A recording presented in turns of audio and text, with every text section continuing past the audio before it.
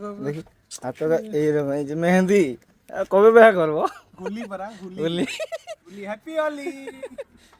କାଲିକା ଭିଡିଓରେ ଦେଖିଥିଲେ ସାଙ୍ଗମାନେ ମୁନା ଭଣଜାର ଗାଡି କାମ ସରିଗଲା ତାପରେ ମୋ ଲାଇନ ପହଞ୍ଚିଲା।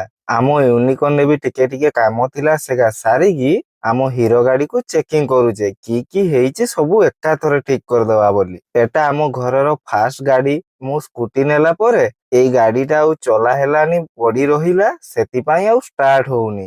ଗାଡି ଷ୍ଟାର୍ଟ ହଉନି ବୋଲି ମୋର ଟେନସନ ହେଲେ ଏପଟେ ଏମାନଙ୍କ ନାଚ ଦେଖନ୍ତୁ କି ଯେ କହିବି। ଟୋଟାଲ ଗାଡିକୁ ଖୋଲିକି ପୁରା ଲଙ୍ଗଳା କରିଦେଲେ। ବହୁତ ଥର କିକ୍ ମାରିଲା ପରେ ଯାହା ହଉ ଫାଇନାଲି ଷ୍ଟାର୍ଟ ହେଲା। ହେଲେ ଧୂଆଁ ଏତେ ବାହାରୁଛି ଯେ ଆଉ କ୍ୟାମେରାରେ ବି କିଛି ଦେଖାଯାଉନି। ଦେଖାଯାଉ ଆଜି ସଜ ହେଇପାରୁଛି ନା ନାଇଁ।